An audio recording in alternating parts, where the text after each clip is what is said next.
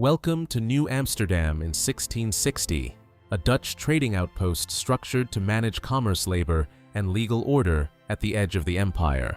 Within a decade, it would pass to English control and be renamed New York, forming the administrative core of a different imperial system. I live in New Amsterdam. I work at the waterfront as a clerk recording cargo and contracts for the company. I am subject to its ordinances and courts. I live inside the settlement boundary near the warehouses. My work places me in daily contact with trade labor and enforcement. What follows reflects what I observe in order to do my job. I understand why this place exists because my work depends on it. New Amsterdam sits where sea routes meet the Hudson River. The river controls movement into the interior. Goods come downriver to one main exit. That exit is here.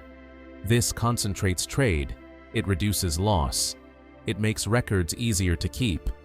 It limits where outsiders can trade without being noticed. Ships can anchor close to shore. They unload quickly. They do not stay exposed for long. The river entrance is narrow. Traffic moves through one clear path. That makes checking cargo easier. It also makes rules easier to enforce. Tolls can be collected. Goods can be seized when needed. The location also helps with security. Water creates natural borders. Approaches are easy to see. A fort only needs to watch a few crossings. Walls do not need to be long when the land already directs movement. The settlement is built to use this advantage. I work near the docks. From there I see how space is organized. Warehouses face the water. Homes are placed behind them. Storage matters more than comfort. When ships arrive, private rooms are used to hold goods. No one complains. Trade comes first. The settlement stays small on purpose. A larger population needs more food. More food means more ships. More ships need protection. The company limits growth to what it can supply and control. This shapes everyday life. Goods arrive without a fixed schedule. When they arrive, work speeds up. Labor is reassigned. Deadlines tighten. Arguments increase. The river brings furs from inland traders. The sea brings tools, cloth, and supplies. Coins are rare. Barter is common. Prices change without warning. I record the terms as they are not as people wish them to be.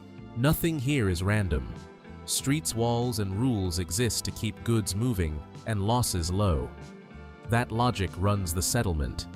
It also runs my work. I notice authority first in the pauses, not in commands. Work at the docks rarely begins at once. Goods sit where they are unloaded. People wait nearby. Movement starts only after papers are checked. Permits are read. Names are compared to lists. When something does not match, the cargo stays where it is. No argument follows. Delay is expected. I handle these papers each day. Ordinances are posted and copied. Some change without warning. When they do, earlier entries must be corrected. Old permissions stop applying. New ones are required. What matters is not intention, but alignment with the current rule. The court appears as an interruption to work. Hearings are short. A table is used. Written contracts are placed on it. Little is said. I am asked what is recorded, not what was discussed. Decisions are given quickly, so labor can return to its place. Fines are common. They end disputes without removing people from work. Enforcement is visible but controlled. Guards stand at crossings and near storehouses. They ask questions. They check marks.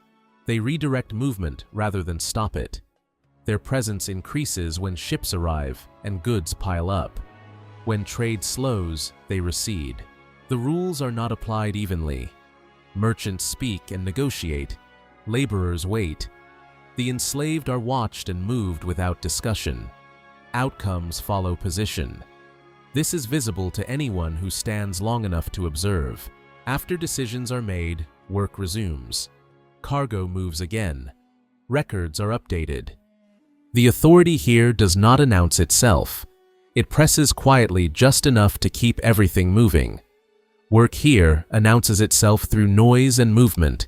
When a ship approaches, voices rise before orders are given. Barrels are dragged closer to the water. Ropes are pulled into place. People gather without being called. They know when work is coming. Some workers step forward on their own. They lift, carry, and repair. They are paid when there is money. When there is none, they are dismissed. Injuries slow them down, but do not stop the work. If one man drops out, another fills the space. I rarely need to write their names. Others are assigned by contract. Their terms are known. Their time is counted. They wait for their names to be read. If they work slowly, they are corrected. If they refuse, they are punished. They do not leave when the day ends. They leave when their term does. There are also those who are brought without choice. They arrive under supervision. They are directed with gestures rather than words. One moment they are at the docks. Later, they are on the road. By night, they are sent elsewhere. Their labor is assumed. Their silence is enforced. Indigenous traders appear only briefly now. They unload exchange and move away. They do not stay. They are not assigned work. Their presence no longer shapes the day. Work continues in bad weather. Rain changes footing, not expectations. Illness is noticed only when it blocks movement. Rest is delayed until cargo is cleared. I record who was placed where and for how long. Labor here is arranged so that tasks are never left undone. That is the rule that governs the day. Now I'll show you how the place reveals itself when you move through it each day. Here's the waterfront where I spend most of my hours. The ground slopes unevenly toward the river and never fully dries. Your boots sink slightly into packed dirt and rotting wood. Planks groan when carts pass. Barrels are set out in loose rows, space just enough for hands and ropes to move between them. They are never stacked high. Everything here is meant to be lifted again soon. The air stays heavy with salt, damp hemp fish oil and animal hides. You smell the river before you see it. Nothing is arranged for rest. Everything is arranged for reach. Just inland is Pearl Street, following the line of the old shoreline. Houses crowd together here wall to wall. Many serve two purposes. Families live above. Goods sit below in shadowed rooms. Doors stay open through the day. You hear hammers, voices, crates sliding across floors. Work spills into the street and narrows it. Far south is Fort Amsterdam. Its walls are low but solid. The guns face the water. You hear metal before you see it. Soldiers pass through the same gates as everyone else. The fort watches the harbor, not the people. Here's the canal cutting through Broad Street. The water is slow and dark. It carries waste runoff and small boats. Narrow bridges force people to cross single file. Movement slows. That makes it easier to watch. North of this is the wall built from timber and packed earth. It marks the edge of the settlement. Guards stand by the gates. When they close, footsteps turn back.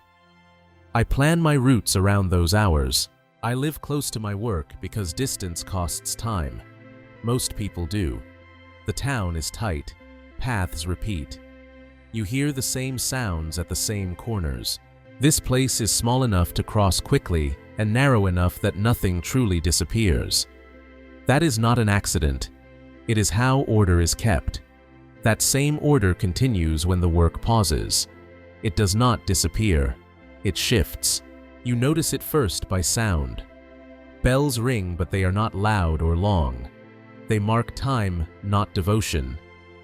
Work slows briefly. It does not stop. People step aside, wash their hands, change their coats. Then they move in small groups, never all together. Here's a meeting house near the center. It looks like any other building from the outside. Plain walls, no signs. Doors open, then close. Voices stay low. When the gathering ends, the street fills again. Carts return. Tools are picked up. The pause is short.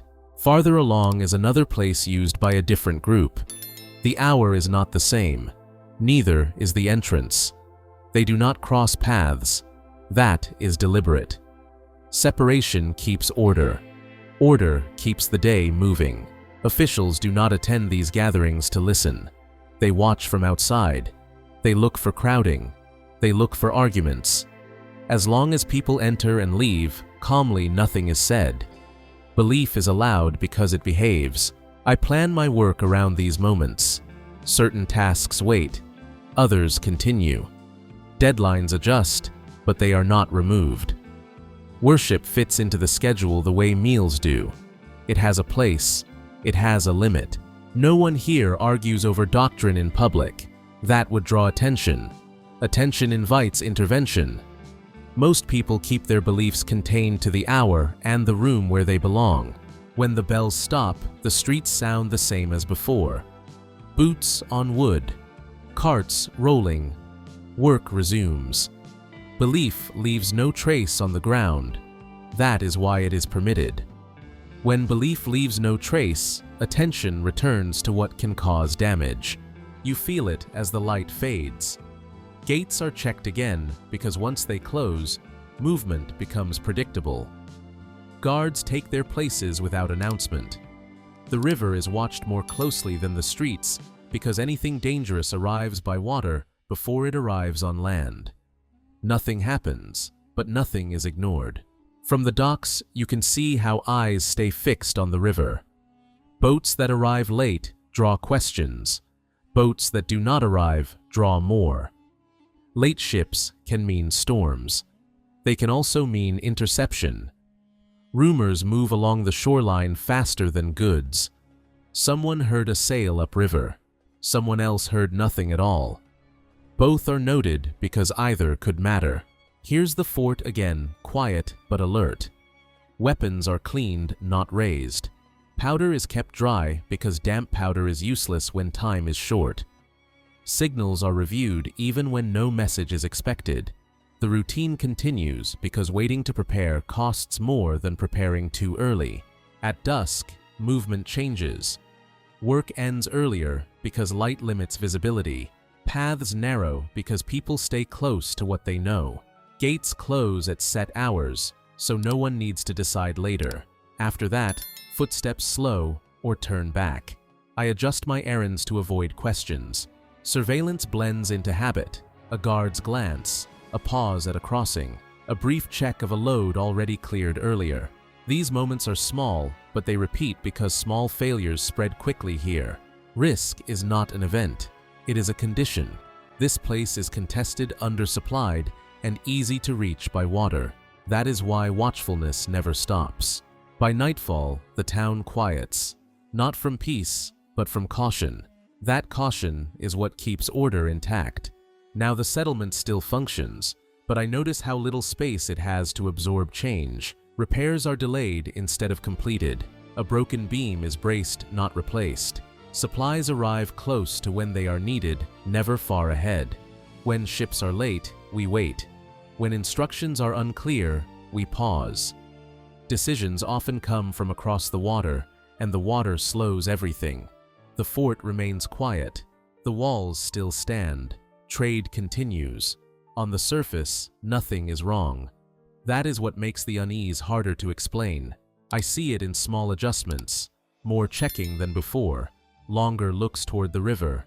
Conversations that stop when footsteps approach. People listen more than they speak. Work continues, but it feels tighter, as if there is less margin for error. No one names a threat. There is no single sign to point to, yet the routines have grown heavier. Preparation repeats itself more often. The gates close with greater care. Late news carries more weight than it used to. This place depends on balance. Trade must move. Order must hold. Risk must stay distant. Lately, that distance feels shorter. I cannot say what is coming. I only know that the settlement is paying attention in a different way, as if something is near just beyond sight and moving closer without a clear shape. The system still works. That is what worries me most. And that's the story of New Amsterdam in 1660, seen through the eyes of a clerk who lived inside its routines, records, and quiet pressures. Not a city of legend yet, but a system trying to hold itself together day by day. If you found this perspective useful, I'd like to hear what you think. Did this way of walking through the city help you understand it better? Is there another place or period you'd want to experience from the inside like this? If you want more historical reconstructions told from ground level, leave your thoughts below and consider subscribing. We'll see you next time.